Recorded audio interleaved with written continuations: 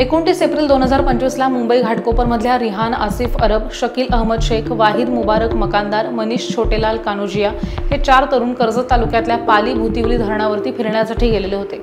दुपारी 3 वाजेच्या दरम्यान डॅम बघून ते मॅगी बनवून खाण्यासाठी डॅमच्या किनाऱ्यावरती आले, पण ते हातपाय धुण्यासाठी पाण्यात उतरले तेव्हा त्यापैकी मनीष छोटेलाल कानोजिया हा खोल पाण्यामध्ये गेला। तेव्हा त्याला खोलीचा अंदाज आला नाही आणि तो पाण्यामध्ये बुडाला।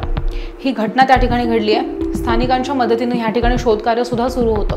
या घटनेची माहिती नेरळ पोलीस ठाण्याला मिळाली आणि नेरळ पोलीस हे घटनास्थळी दाखल झालेत आणि नेरळ पोलिसांकडून खोपोलीमधल्या अपघातग्रस्त संस्थेचे गुरुनाथ साठीलकर यांना पाचारण करण्यात आलं।